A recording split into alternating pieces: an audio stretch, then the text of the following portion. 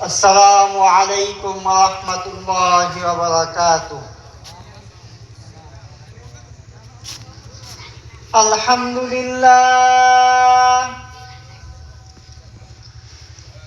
আলহামদুলিল্লাহ নাহমাদুহু ওয়া নাস্তাঈনুহু ওয়া নাস্তাগফিরুহু ওয়া নাউযু বিল্লাহি মিন শুরুরি আনফুসিনা ওয়া মিন সাইয়্যাতি আ'মালিনা। من يهد الله فلا مضل له ومن يضلل فلا هادي له ونشهد أن لا إله إلا الله وحده لا شريك له لا شريك له ولا ند له ولا ضد له ولا نذير له ولا مثيل له ولا بنت له ولا ولد ولا نذير له ولا وصيل له ونشهد أن سيدنا وسندنا وطبيبنا وطبيب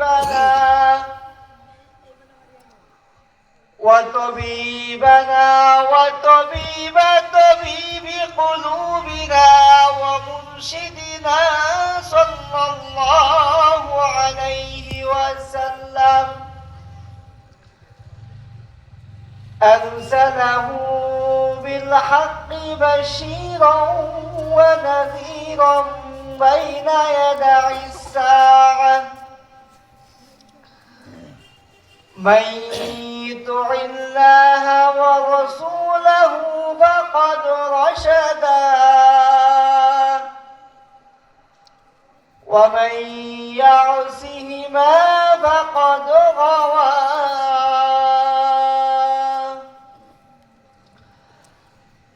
قال الله تعالى في كلامه المجيد وفي فرقانه الحميد.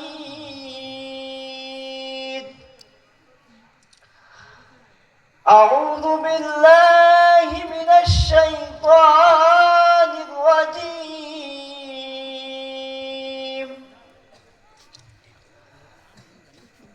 كل من عليها فان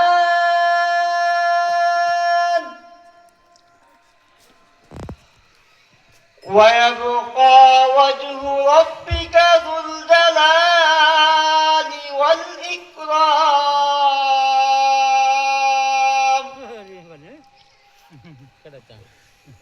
فبأي آلاء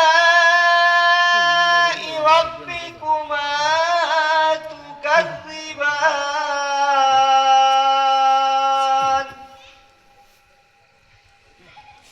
يسأله من في السماوات والأرض كل يوم هو في شأن. فبأي آلاء ربكما تكذبان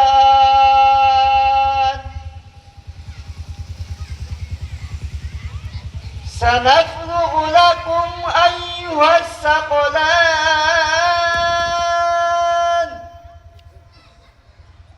فبأي آلاء ربكما تكذبان.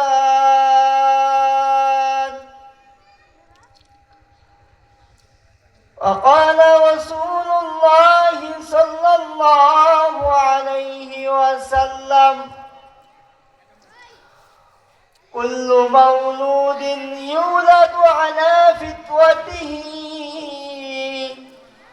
فأبواه يهودانه أو ينصرانه أو يمجسانه أو كما قال عليه الصلاة والسلام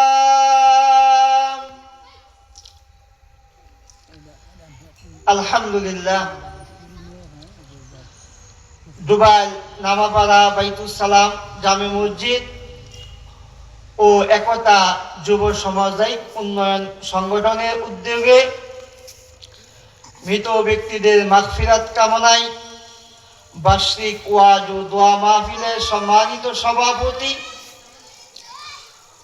উপস্থিত উলামায়ে কেরাম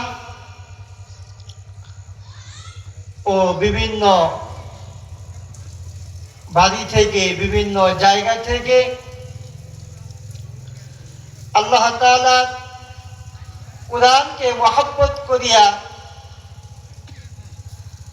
জনাবে মুহাম্মদ মুস্তাফা সাল্লাল্লাহু আলাইহি ওয়াসাল্লামের হাদিসকে মহব্বত করিয়া কুরআন এবং হাদিসের গুরুত্বপূর্ণ তাকরীর, কুরআন এবং হাদিসের গুরুত্বপূর্ণ নসিহা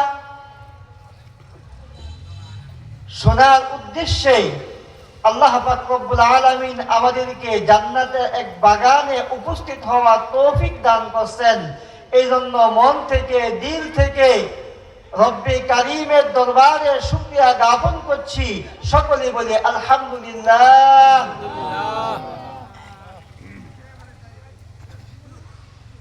আমরা যেই মজলিসে আমরা উপস্থিত হয়েছি, যেই মজলিসে আমরা আছি,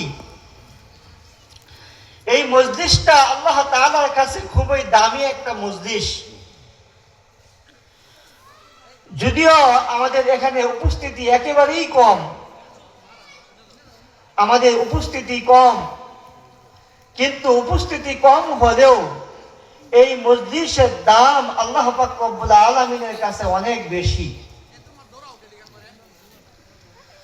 আল্লাহ পাক রব্বুল আলামিনের কাছে এই মজলিসের দাম এত বেশি, আকাশ যখন মেঘমুক্ত থাকে, আকাশে যখন কোনো মেঘ থাকে না, আকাশ যখন পরিষ্কার থাকে, তখন আমরা আকাশে কি দেখতে পাই? তারকা দেখতে পাই না? আকাশ যখন জলমলে পরিষ্কার থাকে, তখন আকাশের তারকাগুলো আমাদের কাছে কিরকম হয়? একেবারে স্পষ্ট হয় না? একেবারে জলমল, সমস্ত তারকাগুলো এরকম গণনা করা যায়, দেখা যায়। হাদিস শরীফে জনাবে মুহাম্মদ মুস্তাফা সাল্লাল্লাহু আলাইহি ওয়াসাল্লাম বলেন যে এই সমস্ত মজলিস, যে সমস্ত মজলিসে আল্লাহ তাআলার বরত্ব নিয়ে আলোচনা হয়, আল্লাহ তাআলার জিকির হয়, যে সমস্ত মজলিসে কুরআন এবং হাদিসের তাকরীর হয়, বয়ান হয়, নসিহা হয়, ওই সমস্ত মজলিসগুলো আল্লাহ তাআলার কাছে, আসমান ওয়ালাদের কাছে এত পরিষ্কার, আসমান ওয়ালাদের কাছে এত স্বচ্ছ, যেরকম আমাদের জমিন ওয়ালাদের কাছে আকাশের তারকাগুলো যেরকম পরিষ্কার, জমিন ওয়ালাদের কাছে আকাশের তারকাগুলো যেরকম স্বচ্ছ, আল্লাহ তাআলার কাছে এই মানুষগুলো এর চেয়ে বেশি পরিষ্কার। সুবহানাল্লাহ। আল্লাহ তাআলা দেখতেছেন, আল্লাহ তাআলা শুধু দেখতেছেন না, আল্লাহ তাআলা তার ফেরেশতাদের সাথে গর্ব করতেছেন। আল্লাহ তাআলা তার ফেরেশতাদেরকে তাদের পূর্বের একটি কৃতকর্মের কথা স্মরণ করিয়ে দিতেছেন। আল্লাহ পাক রব্বুল আলামিন যখন এই দুনিয়া সৃষ্টি করলেন, আল্লাহ পাক রব্বুল আলামিন যখন আমাদের আদি পিতা হযরত আদম আলাইহিস সালাতু ওয়াস সালামকে সৃষ্টি করতে চাইলেন, আল্লাহ তাআলা যখন ইচ্ছা করলেন যে এই দুনিয়াতে আমি মানব পাঠাইব, এই দুনিয়াতে আমি মানুষ পাঠাইব, আল্লাহ পাক রব্বুল আলামিন ফেরেশতাদের সাথে পরামর্শ করলেন। আল্লাহ তাআলা তো অমুখে আপেক্ষী, কুল হুয়াল্লাহু আহাদ, আল্লাহ তাআলা এক, আল্লাহুস সামাদ, আল্লাহ তাআলা অমুখাপেক্ষী। আল্লাহ তাআলা কোনো কাজের কারো মুখাপেক্ষী নন। আল্লাহ তাআলা কোনো কাজ করলে কারো জিজ্ঞাসা করতে হয় না। তারপরে আল্লাহ তাআলা কেন ফেরেশতাদেরকে পরামর্শ করলেন, কেন ফেরেশতাদের সাথে পরামর্শ করলেন?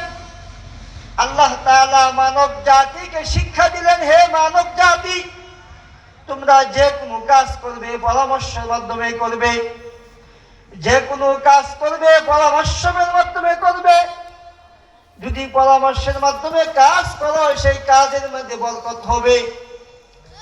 আল্লাহ পাক রব্বুল আলামিন বলেন, ওয়াশাবিরহুম ফিল আমর ফাইযা আযামতা ফাতাওয়াক্কাল আলাল্লাহ।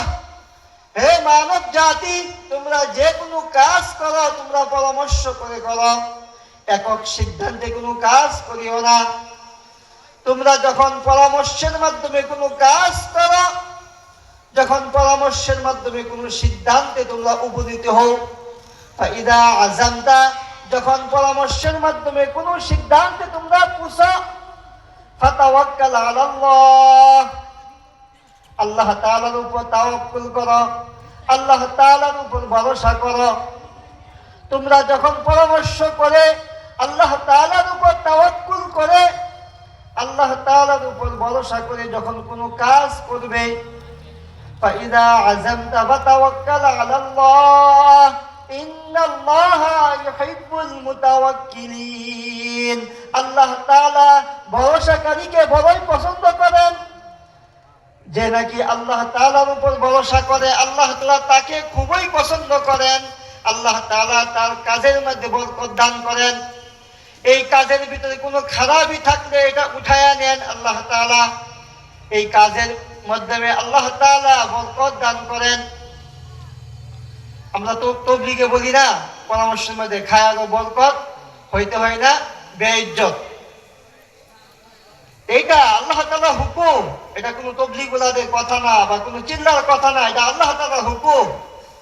আর আল্লাহ তাআলা আমাদেরকে শিখায়া গেছেন, ফেরেশতাদের সাথে আল্লাহ তাআলা পরামর্শ করছেন। আল্লাহ তাআলা ফেরেশতাদের সাথে কি পরামর্শ করছেন? আল্লাহ পাক রব্বুল আলামিন বলেন, ওয়া ইয ক্বালা রাব্বুকা লিল মালাইকাতি ইন্নী জাইলুন ফিল আরদি খলিফা। হে আমার ফেরেশতারা, আমি দুনিয়াতে খলিফা বানাইতে চাই, আমি দুনিয়াতে আমার প্রতিনিধি বানাইতে চাই। এই জন্য আমি দুনিয়াতে মানুষ সৃষ্টি করব, আমি দুনিয়াতে মানুষ সৃষ্টি করব যাতে তারা আমার খেলাফত দুনিয়াতে প্রতিষ্ঠা করে, আমার দ্বীন দুনিয়াতে প্রতিষ্ঠা করে, আমার হুকুমত দুনিয়াতে প্রতিষ্ঠা করে। তখন ফেরেশতারা বলছিল, ক্বালু আতাজআলু ফীহা মান ইফসিদু ফীহা ক্বালু আতাজআলু ফীহা মান ইফসিদু ফীহা ওয়া ইয়াসফিকু দিমা ওয়া নাহনু নুসাব্বিহু বিহামদিকা ওয়া নুকদ্দিসু লাক। ফেরেশতারা বলছিল, হে আল্লাহ, হে আমাদের রব, হে আমাদের প্রতিপালক, আপনি দুনিয়াতে এমন এক জাতি দুনিয়াতে পাঠাইবেন, এমন এক জাতি দুনিয়াতে সৃষ্টি করবেন যারা দুনিয়াতে মারামারি করবে, যারা দুনিয়াতে ঝগড়া ফাসাদ করবে, যারা একে অন্যের শরীর থেকে রক্ত প্রবাহিত করবে।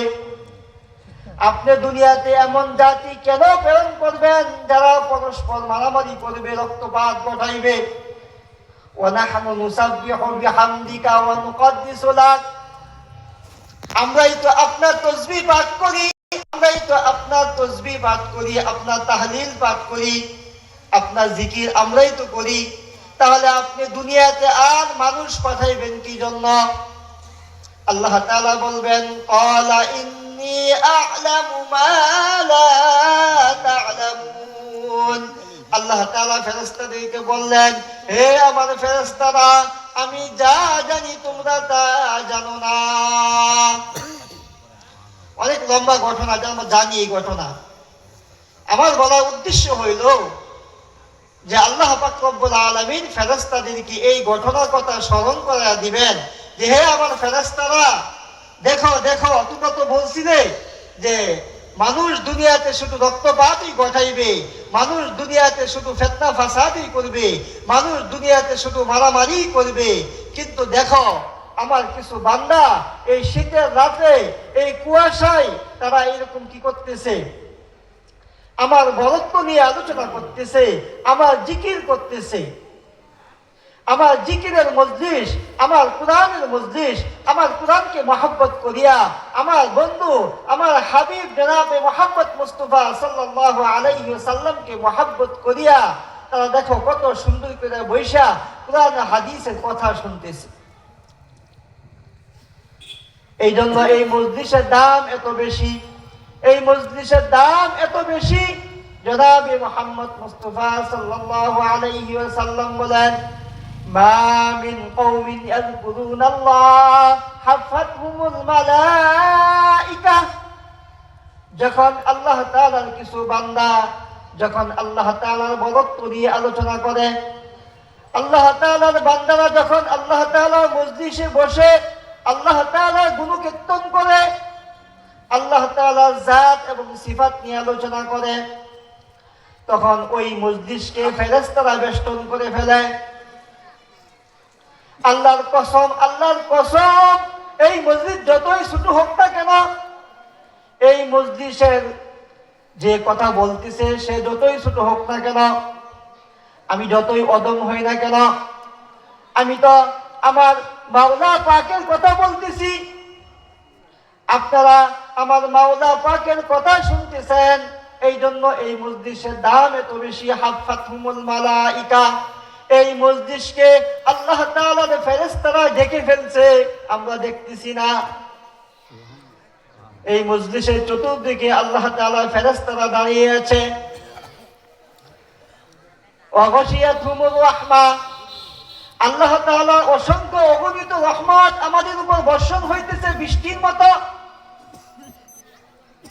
আল্লাহ তাআলা অসংখ্য অগণিত রহমত আমাদের উপর বর্ষণ হইতেছে। শুধু রহমত নয়, ওয়া নাযালাত আলাইহিমুস সাকিনাহ।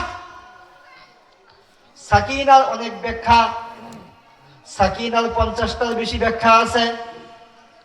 সাকিনার একটি ব্যাখ্যা হলো বিশেষ রহমত। আল্লাহ তাআলার বিশেষ রহমত, যেই রহমত সব সময় অবতীর্ণ হয় না, যেই রহমত সব সময় দুনিয়াতে আসে না। আল্লাহ তাআলার এই বিশেষ রহমত বিশেষ বিশেষ সময়ে বিশেষ বিশেষ বান্দাদের উপর অবতীর্ণ হয়।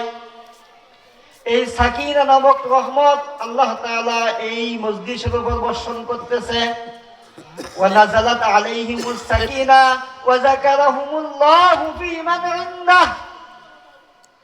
আল্লাহ তাআলা তার ফেরেশতাদের সাথে গর্ব করতেছে যে হে আমার ফেরেশতারা, দেখো আমার বান্দারা, দেখো আমার বান্দারা, তারা জান্নাত দেখে নাই, জাহান্নাম দেখে নাই, আমি আল্লাহ তাআলাকে দেখে নাই, আমার হাবিব জনাবে মুহাম্মদ মুস্তাফা সাল্লাল্লাহু আলাইহি ওয়াসাল্লামকে দেখে নাই। কিন্তু তারপরেও তারা আমার ভয়ে, আমার মহব্বতে, আমার হাবিব জনাবে মুহাম্মদ মুস্তাফা সাল্লাল্লাহু আলাইহি ওয়াসাল্লামের মহব্বতে তারা এই শীতের রাতে কিভাবে বসে আমার জাত এবং সিফাতের আলোচনা শুনতেছে, আমার বরত্বের আলোচনা শুনতেছে। আল্লাহ তাআলা ফেরেশতাদেরকে বলে, ইশহাদু ইশহাদু আইয়ুহাল মালাইকা, হে আমার ফেরেশতারা, তোমরা সাক্ষী থাকো, তোমরা সাক্ষী থাকো, তোমরা সাক্ষী থাকো। ফাকাদ ওয়াজাবতু আলাইহিমুল জান্নাহ ওয়া হারামতু আলাইহিমুন নার। আমি তাদের জন্য জান্নাতকে ওয়াজিব করলাম আর জাহান্নামকে তাদের জন্য হারাম করে দিলাম। সকলে বলি সুবহানাল্লাহ। এরপর এই মজলিস যখন শেষ হয়, এই মজলিসের যখন সমাপ্তি হবে, মজলিস যখন শেষ হবে, তখন আল্লাহ তাআলার একজন ফেরেশতা ঘোষণা করবে, কুমু কুমু, হে আল্লাহ তাআলার বান্দারা, মজলিস শেষ হয়ে গেছে, তোমরা উঠো। ফাকাদ গফারতু লাকুম وبدلت سيئاتكم الحسنات আমার আল্লাহ তাআলা তোমাদের সমস্ত গুনাহগুলোকে maaf করে দিয়েছেন। শুধু তাই নয়, তা নয়, ফাকাদ বাদদালতু সাইয়্যাতিকুমুল হাসানাত, আল্লাহ তাআলা বলেন আমি আমার বান্দার গুনাহগুলোকে নেকি দ্বারা পরিপূর্ণ করে দিয়েছি। সুবহানাল্লাহ। এই জন্য এই বরকতপূর্ণ ফজিলত পাওয়ার জন্য আমরা শেষ পর্যন্ত থাকবো ইনশাআল্লাহ। ইনশাআল্লাহ থাকবো তো ইনশাআল্লাহ। আমরা দোয়া না করে আমরা কেউ যাব না। আমরা মজলিসে খাতেমা বিল খাইর আমরা নিয়ে দোয়া করে আমরা এই মজলিস থেকে যাইব। আমাদের আমন্ত্রিত উলামায়ে কেরাম আসতেছেন, আপনাদের সামনে বয়ান করবেন। আমরা আপনাদের এলাকার ছেলে হিসেবে আল্লাহ তাআলা আমাদেরকে যতটুকু ইলম দান করছেন, এতটুকু ইলম আপনাদের কাছে পৌঁছানোর দায়িত্ব কিন্তু আমাদের আছে। এই জন্য আমরা কিছু কথা বলতেছি। এই মজলিস বলছিলাম যে এটা দামি মজলিস। এই মজলিসে আল্লাহ তাআলা আমাদেরকে আসার তৌফিক দান করছেন। এই জন্য আবারও শুকরিয়া আদায় করি আলহামদুলিল্লাহ।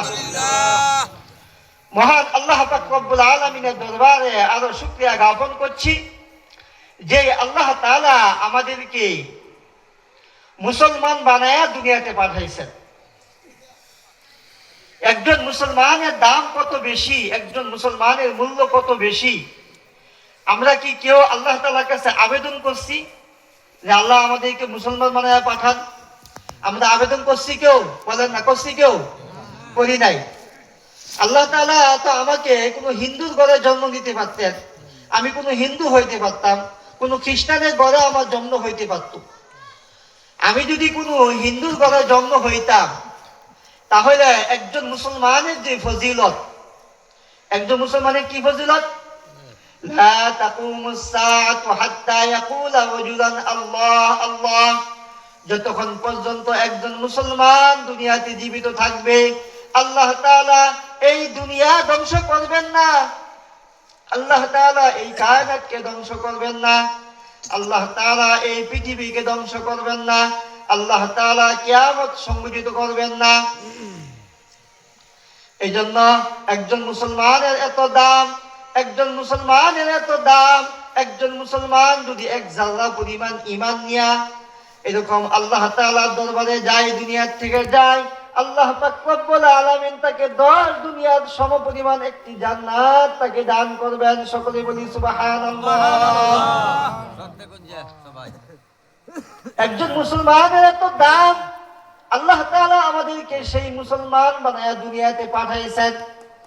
আজকে যদি আমি কোন হিন্দুর ঘরে আমার জন্ম হইতো, কোন খ্রিস্টানের ঘরে আমার জন্ম হইতো, তাহলে আবু বকর যেভাবে মুসলমান হয়েছে, উমর যেভাবে মুসলমান হয়েছে, বেলাল হাবশী যেভাবে মুসলমান হয়েছে, হযরত উসমান গনি রাদিয়াল্লাহু তাআলা আনহু যেভাবে মুসলমান হয়েছে, ইসলামের জন্য যেই পরিমাণ কষ্ট করেছে, ইসলামের জন্য যেই পরিমাণ নির্যাতন সহ্য করেছে, আমরা সেই পরিমাণ কষ্ট করে মুসলমান হতে পারতাম কিনা এর কোনো গ্যারান্টি নাই। আছে? এর কোনো গ্যারান্টি নাই।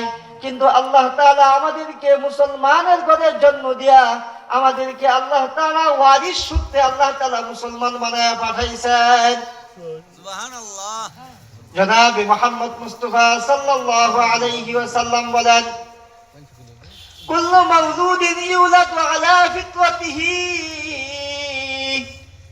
একজন শিশু যখন তার মায়ের পেট থেকে জন্মগ্রহণ করেন, একজন শিশু যখন তার মায়ের পেট থেকে জন্মগ্রহণ করেন, তখন সে তার ফিতরতের উপর, তার আসল বৈশিষ্ট্যের উপর, তার আসল স্বভাবের উপর সে জন্মগ্রহণ করেন। একটা মানুষের ফিতরত কি? একটা মানুষের আসল বৈশিষ্ট্য কি? একটা মানুষের আসল বৈশিষ্ট্য হলো মুসলমান হওয়া। কারণ আমার আপনার আদি পিতা হযরত আদম আলাইহিস সালাতু ওয়াস সালাম কি ছিলেন? মুসলমান ছিলেন, ঠিক না? ঠিক। যত হিন্দু বলেন, যত খ্রিস্টান বলেন, সবাই কি হযরত আদম আলাইহিস সালাতু ওয়াস সালামের সন্তান না? হযরত আদি পিতা হযরত আদম আলাইহিস সালাতু ওয়াস সালাম তো ঈমানদার ছিলেন। হযরত আদি পিতা হযরত আদম আলাইহিস সালাতু ওয়াস সালাম, মা হাওয়া তারা কি ছিল? ইমানদার ছিল, আল্লাহ তাআলার নবী ছিল, আল্লাহ তাআলার নৈকট্যপ্রাপ্ত বান্দা ছিল। এই জন্য প্রত্যেকটা মানুষের স্বভাব হলো কি হওয়া? মুসলমান হয়েই সে জন্মগ্রহণ করে। সে যখন জন্মগ্রহণ করে তখন তার আসল অভ্যাস বা আসল স্বভাব যেটা, মুসলমান হয়েই সে দুনিয়াতে আসে। কিন্তু ফাআবওয়াহু ইউহাবিদানিহি আও ইনাসতিরানিহি আও ইমাজ্জিসানিহি, কিন্তু একজন মুসলমান যখন কোন হিন্দুর ঘরে জন্মগ্রহণ করে, একজন বাচ্চা যখন কোন হিন্দুর ঘরে জন্মগ্রহণ করে তখন তার পিতামাতা তাকে হিন্দু বানায়। একজন সন্তান যখন কোন অগ্নি পূজকের ঘরে জন্মগ্রহণ করে তখন তার পিতামাতা তাকে অগ্নি পূজক বানায়। একজন বাচ্চা যখন কোন খ্রিস্টানের ঘরে জন্মগ্রহণ করে তখন তার পিতামাতা তাকে খ্রিস্টান বানায়। কারণ আমাদের মুসলমানের সন্তানরা যখন আমাদের মুসলমানের ঘরে জন্মগ্রহণ করে তখন মায় নামাজ পড়ে, বাবা নামাজ পড়ে, সন্তান নামাজ দেখে দেখে নামাজ শিখে। বাবা কালিমা পড়ে, দাদা কালিমা পড়ে, দাদি কালিমা পড়ে। তাদের কাছ থেকে কালিমা শুনে শুনে আমাদের ছোট বাচ্চাগুলো কালিমা শিখতেছে, নামাজ শিখতেছে। বাবা মা আল্লাহ তাআলার কথা বলে আর আমাদের বাচ্চাগুলো আল্লাহ তাআলাকে চিনতেছে, আল্লাহ তাআলাকে চিনতেছে। কিন্তু একটা সন্তান যখন কোনো হিন্দু ঘরে জন্মগ্রহণ করে তখন সে আল্লাহ তাআলাকে চিনে না। আমাদের নবী জনাব মুহাম্মদ মুস্তাফা সাল্লাল্লাহু আলাইহি ওয়াসাল্লামকে চিনে না। সে চিনে লাত এবং উজ্জার কথা, সে চিনে লক্ষ্মী দেবী, এই সমস্ত কথা তাদের পরিবারে, তাদের ফ্যামিলিতে আলোচনা যখন বেশি বেশি হয় তখন এগুলোই সে শিখে। এই জন্য জনাবে মুহাম্মদ মুস্তাফা সাল্লাল্লাহু আলাইহি ওয়াসাল্লাম বলছেন ফাআবওয়াহু ইউহাবিদানিহি আও ইনাসতিরানিহি আও ইমাজ্জিসানিহি, যে একটা সন্তান যখন জন্মগ্রহণ করে তখন তো সে মুসলমান হয়ে জন্মগ্রহণ করে, কিন্তু তার পিতামাতা তাকে ইহুদি বানায়, তার পিতামাতা তাকে খ্রিস্টান বানায়, তার পিতামাতা তাকে এরকম অগ্নি পূজক বানায়। কিন্তু আল্লাহ তাআলা আমাদেরকে কোনো হিন্দুর ঘরে জন্ম দেয় নাই, কোনো খ্রিস্টানের ঘরে জন্ম দেয় নাই। আল্লাহ তাআলা আমাদেরকে মুসলমানের ঘরে জন্ম দিয়েছেন, যার কারণে আজকে আমরা নিজেদেরকে মুসলমান দাবি করতেছি। আল্লাহ তাআলা আমাদেরকে মুসলমান বানায়া দুনিয়াতে পাঠাইছেন। কি জন্য পাঠাইছেন? আল্লাহ তাআলা আমাদেরকে মুসলমান বানায়া পাঠাইছেন। কি জন্য পাঠাইছেন? আল্লাহ তাআলা আমাদেরকে হুকুম দিবেন, আল্লাহ তাআলা হুকুম দিবেন, আল্লাহ তাআলা আমাদেরকে একটি হায়াত দিবেন। আল্লাহ পাক রব্বুল আলামিন বলেন আল্লাযী খালাকাল মাউতা ওয়াল হায়াতা লিয়াবলুয়াকুম আইয়ুকুম আহসানু আমালা। আল্লাহ তাআলা খালাকাল মাউতা ওয়াল হায়াত, আল্লাহ তাআলা দুইটা জিনিস সৃষ্টি করেছেন। একটি হলো জীবন সৃষ্টি করেছেন, আরেকটি হলো মৃত্যু সৃষ্টি করেছেন। আল্লাহ তাআলা জীবন সৃষ্টি করেছেন আর মৃত্যু সৃষ্টি করেছেন কি জন্য? অত্র আয়াতের শেষে আল্লাহ তাআলা নিজেই বলতেছেন লিয়াবলুয়াকুম, তোমাদেরকে পরীক্ষা করার জন্য।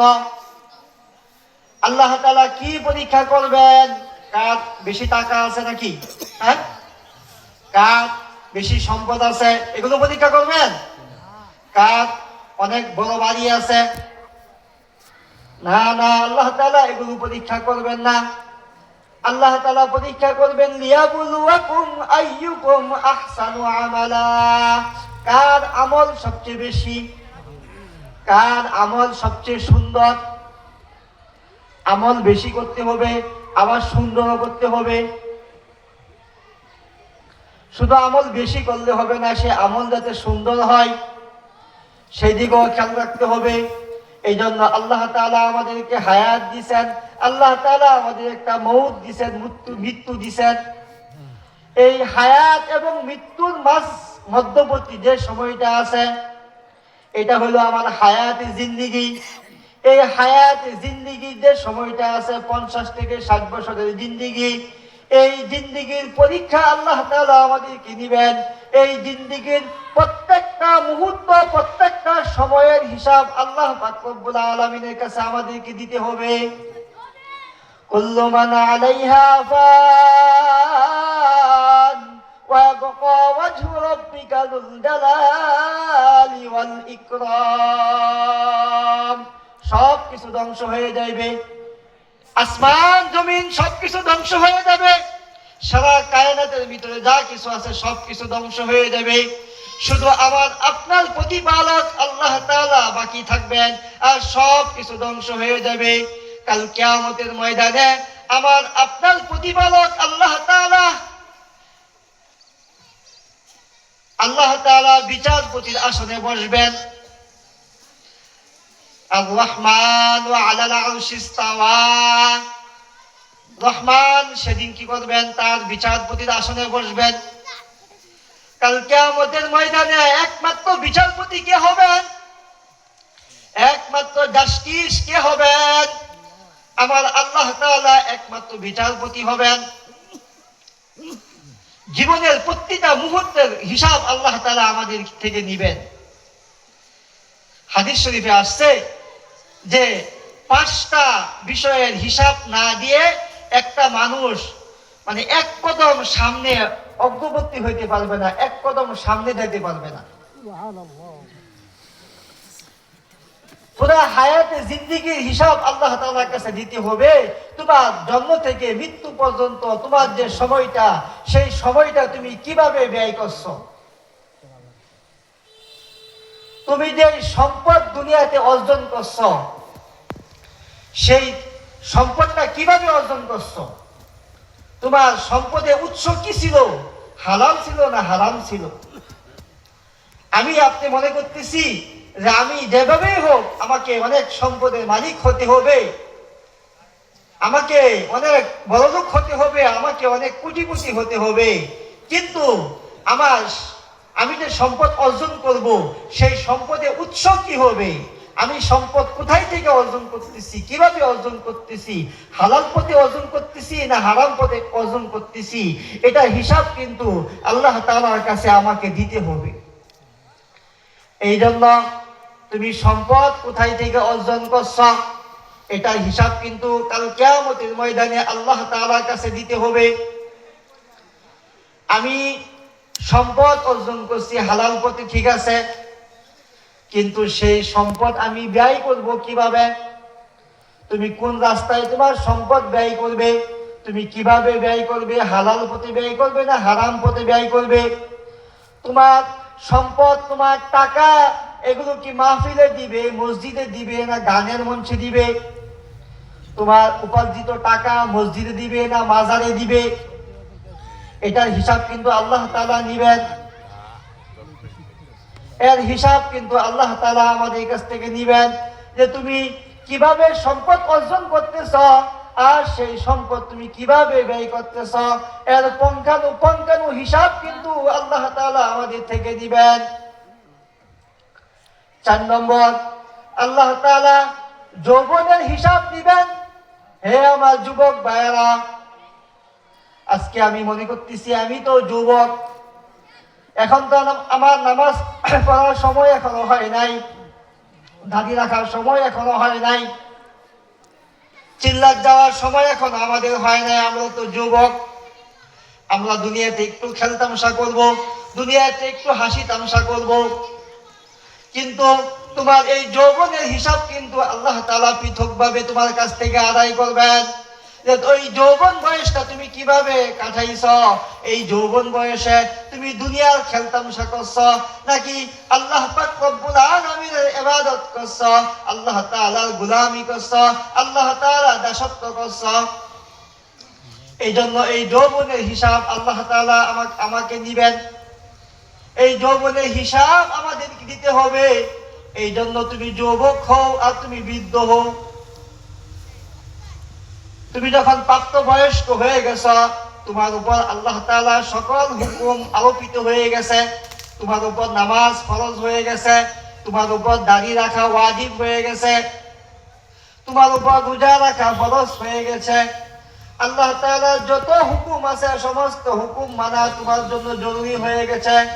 এই জন্য আল্লাহ পাক রব্বুল আলামিন যেই হুকুম আমাদেরকে দুনিয়াতে দিয়া পাঠাইছেন, সেই হুকুম আমাদেরকে মানতে হবে। আল্লাহ তাআলা যেই বিধান নিয়ে আমাদেরকে দুনিয়াতে পাঠাইছেন সেই বিধানের উপর আমাদেরকে চলতে হবে। আজকে আমরা নামাজ পড়ি না, আজকে আমরা হারাম খাই, সুদ খাই, ঘুষ খাই। কার জন্য? কার জন্য করি? নিজের জন্য করি? নিজের জন্য করি আমরা, না আমাদের সন্তানদের জন্য করি না? আজকে আমরা হারাম খাইতেছি, আজকে আমরা ঘুষ খাইতেছি, সুদ খাইতেছি, অন্যের হক নষ্ট করতেছি। এগুলো কার জন্য করতেছি? আমার সন্তানের জন্য, আমার স্ত্রীর জন্য, আমার পিতার জন্য, আমার মাতার জন্য। আমার পিতা মাতা আমার জন্য করছেন। এখন যাদের পিতা মাতা বৃদ্ধ হয়ে গেছে, কাজ করতে পারে না, এখন আমরা তাদেরকে কামাই করে খাওয়াইতেছি। কিন্তু কাল কিয়ামতের ময়দানে পিতা সন্তানকে পিতা বলে পরিচয় দিবে না, সন্তান পিতা মাতাকে সন্তান হিসেবে পরিচয় দিবে না, বন্ধু বন্ধুর পরিচয় দিবে না। يوم يفر المرء من أخيه وأمه وأبيه وصاحبته وبنيه। হাদিস শরীফে জনাবে মুহাম্মদ মুস্তাফা সাল্লাল্লাহু আলাইহি ওয়াসাল্লাম বলেন, মুসলিম শরীফের হাদিসে আসছে যে কাল কিয়ামতের ময়দানে এক ব্যক্তি এরকম হবে যে একটি নেকির কারণে জান্নাতে যাইতে পারবে না। তার একটি নেকি দরকার হবে, একটি নেকি হইলেই সে জান্নাতে যাইতে পারবে। ফেরেশতারা বলবে, যাও, তুমি যদি একটি নেকি নিয়ে আসতে পারো তাহলে তোমাকে জান্নাতে দেওয়া হবে। দুনিয়াতে কি যদি আমার এরকম হয় যে একটা টাকা হইলে, একটা টাকা যদি হয় তাহলে আমার একটা যে কোনো একটা জিনিস উদ্ধার হবে, আমার একটা অসুখ, আমি অসুস্থ হয়ে গেছি, আমার 100 টাকা হইলে, 1 টাকা না 100 টাকা হইলে, 1000 টাকা হইলে আমি সুস্থ হয়ে যাব, বা আমি একটা বিপদগ্রস্ত হয়েছি, 1000 টাকা হইলে আমি বিপদ থেকে মুক্তি পাওয়া যাইব। তাহলে দুনিয়াতে এমন কোন মানুষ আছে যে ওই ব্যক্তির মানে সাহায্যে আগায় আসবে না, এরকম কেউ আছে? বলেন না, কেউ আছে? মানে সবাই তার সাহায্যে কি করবেন? আগায় যাবেন। কিন্তু কাল কিয়ামতের ময়দানে এক ব্যক্তি যখন একটি নেকির জন্য জান্নাতে যাইতে পারবে না, যখন ফেরেশতারা বলবেন যে যাও যাও, তুমি তোমার পরিজনের কাছে যাও, তুমি তোমার বন্ধুর কাছে যাও, তুমি তোমার পিতা মাতার কাছে যাও, তুমি তোমার সন্তানের কাছে যাও, একটি নেকি যদি তুমি নিয়ে আসতে পারো তাহলে তুমি জান্নাতে যাইতে পারবা।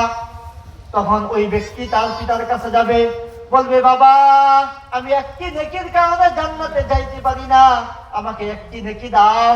দুনিয়াতে তুমি আমার জন্য কত কষ্ট করেছো বাবা, দুনিয়াতে আমার জন্য তুমি মাথার ঘাম পেয়ে পায়ে ফেলেছ, বুকে রক্ত পানি করেছ, দুনিয়াতে তুমি আমাকে কত মহব্বত করেছ, কত ভালোবাসছো। আজকে আমি বিপদগ্রস্ত, একটি নেকির কারণে আমি জান্নাতে যাইতে পারতেছি না, একটি নেকি আমাকে দান করো। বাবা বলবে, না না না, আমি তোমাকে চিনি না, আমি তোমাকে চিনি না, আমার কোনো দুনিয়াতে কোনো সন্তানই ছিল না, আমি তো দুনিয়াতে বিবাহই করি না, বিবাহই করি নাই, আমার সন্তান কোথায় থেকে আসবে? আমি তোমাকে কোনো সাহায্য করতে পারবো না, আমি তোমাকে কোনো নেকি দিতে পারবো না। ওই ব্যক্তি বাবার কাছ থেকে নিরাশ হয়ে মায়ের কাছে যাবে। মা, দুনিয়াতে সবচেয়ে আপনজন হইল মা, সন্তানকে সবচেয়ে বেশি যে ভালোবাসে সে হইল মা। দুনিয়াতে সন্তানের জন্য সবচেয়ে যে বেশি কাঁদে সে হইল মা। দুনিয়াতে কোনো সন্তান যখন বিপদগ্রস্ত হয় সবার আগে এগিয়ে আসে মা। সেই মায়ের কাছে যাবে, মা, দুনিয়াতে তুমি আমাকে কত মহব্বত করেছ, 10 মাস 10 দিন তুমি আমাকে তোমার পেটে ধারণ করেছ, আমাকে দুধ পান করাইছ, এই শীতের দিনে আমি তোমার কোলে প্রস্তাব করে দিয়েছি, তারপরেও তুমি আমাকে কুল থেকে নামাও নাই।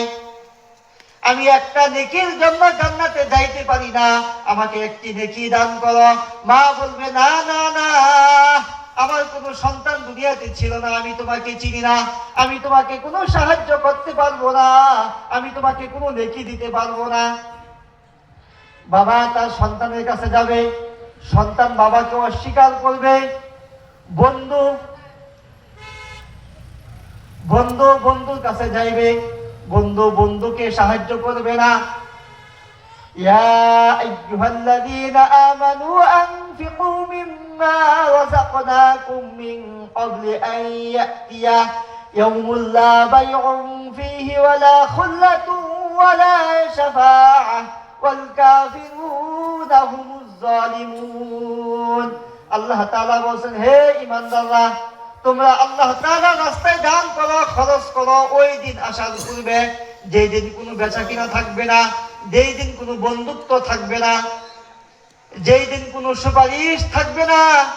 দুনিয়াতে আমরা কোনো বিপদগ্রস্ত হইলে, কোনো সমস্যার সম্মুখীন হইলে আমরা এমপির কাছে যাই, চেয়ারম্যানের কাছে যাই, কিন্তু কাল কিয়ামতের ময়দানে কোনো বন্ধুও থাকবে না, কোনো সুপারিশকারীও থাকবে না, কেউ আমাকে সাহায্য করবে না। এরপরে ওই ব্যক্তি যখন সকলের কাছ থেকে হতাশ হয়ে সে যখন দুঃখ ভারাক্রান্ত মনে যখন ফিরে যাইবে, তখন এক ব্যক্তি সাথে তার সাক্ষাৎ হইবে। ওই ব্যক্তি বলবে যে, ভাই, তোমার মনটা এত খারাপ কেন? তুমি এত বিষণ্ণ কেন? তোমার মনটা এত ভারাক্রান্ত কেন? তখন বলবি, ভাই, আমি একটা নেকির কারণে জান্নাতে যাইতে পারতেছি না। আমার বাবা আমাকে নেকি দিল না, আমার বাবা আমাকে চিনল না, আমার মা আমাকে চিনল না, আমার সন্তানরা আমাকে চিনল না, আমার আদরের স্ত্রী আমাকে চিনল না। এই জন্য আমি একটা নেকির কারণে জান্নাতে যাইতে পারতেছি না। এই জন্য আমার মনে কষ্ট, এই জন্য আমার মনে অনেক দুঃখ, এই জন্য আমার মনে অনেক আফসোস। দুনিয়াতে এত কষ্ট কার জন্য করলাম? যেই সন্তানের জন্য করলাম, যেই স্ত্রীর জন্য করলাম, সেই সন্তান আমাকে চিনতে পারতেছে না, সেই স্ত্রী আমাকে চিনতে পারতেছে না। তখন ওই ব্যক্তি বলবে যে, ভাই, আমার একটি মাত্র নেকি আছে, তুমি তো একটি নেকি হইলে জান্নাতে যাইতে পারবা।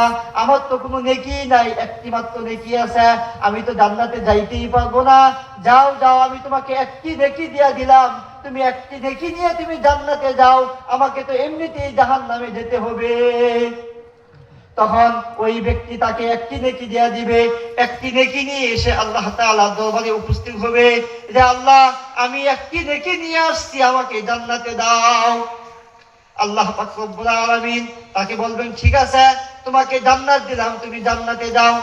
তখন সে জান্নাতে যখন যাওয়া শুরু করবে, আল্লাহ তাআলা বলবেন, হে আমার বান্দা, তোমার মা তোমাকে সাহায্য করলো না, তোমার বাবা তোমাকে সাহায্য করলো না, এই বিপদের দিনে তোমার স্ত্রী তোমাকে সাহায্য করলো না, এই বিপদের দিনে যে ব্যক্তি তোমাকে সাহায্য করলো তাকে ছাড়া তুমি জান্নাতে যাইতেছ। এটা কিরকম নাফরমানি? তাকে ছাড়া তুমি জান্নাতে যাইতেছ। যাও যাও, আমি তাকেও মাফ করে দিলাম, সে তো তাকেও মাফ করে দিলাম, তাকে নিয়ে তুমি জান্নাতে যাও। সকলে বলি সুবহানাল্লাহ। এই জন্য আমি যে কথা বলতেছিলাম যে আজকে দুনিয়াতে আমরা আল্লাহ তাআলা আমাদেরকে যে পাঠাইছেন, আল্লাহ তাআলা আমাদেরকে যেই হুকুম আহকাম গুলো আমাদেরকে দিয়েছেন, 5 ওয়াক্ত নামাজ দিয়েছেন, এরকম অন্যান্য হুকুম আহকাম আমাদেরকে দিয়েছেন। হালাল পথে আমাদেরকে থাকতে হবে, হারাম থেকে বেঁচে থাকতে হবে, আল্লাহ তাআলা হুকুমগুলো আমাদের মানতে হবে, আমাদের জীবনে ইসলামকে প্রতিষ্ঠা করতে হবে, আল্লাহ তাআলা জমিনে আল্লাহ তাআলা দ্বীনকে প্রতিষ্ঠা করতে হবে, এবং আমার 3.5 হাত বডিতে ইসলামকে প্রতিষ্ঠা করতে হবে। এই ইসলাম প্রতিষ্ঠা করতে গিয়া দুনিয়ার বাধা, স্ত্রী সন্তানের বাধা, যাদের জন্য আমরা এত কষ্ট করতেছি, আমি আল্লাহ তাআলা নাফরমানি করতেছি, আমি আমার নামাজকে নষ্ট করতেছি, আমি আমার আখিরাতকে বরবাদ করতেছি, আমি কবরের প্রস্তুতি আমি গ্রহণ করতেছি না, তারা তো আমার কোনো কাজে আসবে না। আমার যখন মৃত্যু হয়ে যাবে, আমার মৃত্যু হওয়ার সাথে সাথেই কিন্তু আমাকে ঘর থেকে বাহির করে দিবে, মৃত্যু হওয়ার সাথে সাথেই ঘর থেকে বাহির করে দিবে। কয়েকদিন আগে আমি যেখানে নামাজ পড়াই, এখানে এক বৃদ্ধ লোক মারা গেছে। বৃদ্ধ লোক মারা যাওয়ার পরে ওই উপরে যে তাকে গোসলের পরে যে ঢাকবে, এখন তাদের যে ছেলের বউরা আছে, ছেলের বউরা কেউ চাদর দিতেছে না, কারণ চাদর দিলে এই চাদর ব্যবহার করতে পারবে না। যদিও ব্যবহার করার কোনো সমস্যা নাই, কিন্তু আমাদের দেশের মানুষ মৃত ব্যক্তির গায়ে কোনো কিছু লাগলে এটা কেউ ব্যবহার করে না। এই জন্য এক বউ আরেক বউরে করতেছে, দেওয়ার জন্য আরেক বউকে করতেছে, কেউ চাদর দিতে রাজি না। কারণ একটা চাদর দিলে এই চাদরটা কি হয়ে যাবে? নষ্ট হয়ে যাবে। এই চাদরটা নষ্ট হয়ে যাবে, 500 টাকা দামের চাদর কিন্তু আমাকে দিতে রাজি হবে না আমার পরিবার, আমার ফ্যামিলি, আমার সন্তানরা 500 টাকার চাদর কিন্তু আমাকে দিতে রাজি হবে না, আমাকে এক মুহূর্তের জন্য ঘরে রাখতে রাজি হবে না। এই জন্য আমরা দুনিয়ার জন্য তো করবই, কিন্তু আমার নিজের জন্য আমরা করি, আমার আখিরাতকে আমি গুছাই, আমার কবরের জিন্দেগি, আমার কবরের সামানা আমি তৈরি করি।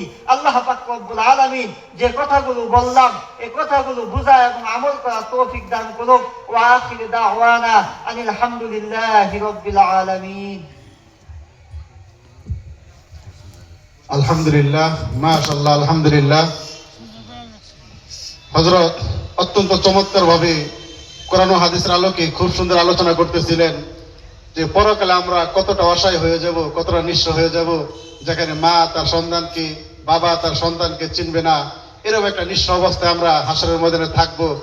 যেই কিয়ামতের কঠিন ময়দান, যেখানে কেউ কারো পরিচয় দিবে না, কতটা অসহায়তা আমাদেরকে ঘিরে ফেলবে। শুধু তাই নয়, দুনিয়াতে মৃত্যুর পর্ব, যেটা উনি বললেন, মৃত্যুর পর্ব আপনার দুনিয়াতেই কোনো মূল্য দেয় না, তাহলে হাসরের ময়দান কি অবস্থা হবে। এরকম দিক নির্দেশনা সুন্দরভাবে আলোচনা করতেছিলেন, গুরুত্বপূর্ণ। তো আমরা সেই সময় হাতে এত লম্বা সময় না থাকার কারণে আর লম্বা সময় দেওয়া যায় নাই, হয়তো আরো অনেক সুন্দর, আরো অনেক দীর্ঘ সময় আলোচনা করতেন। তো আমাদের প্রধান আলোচনা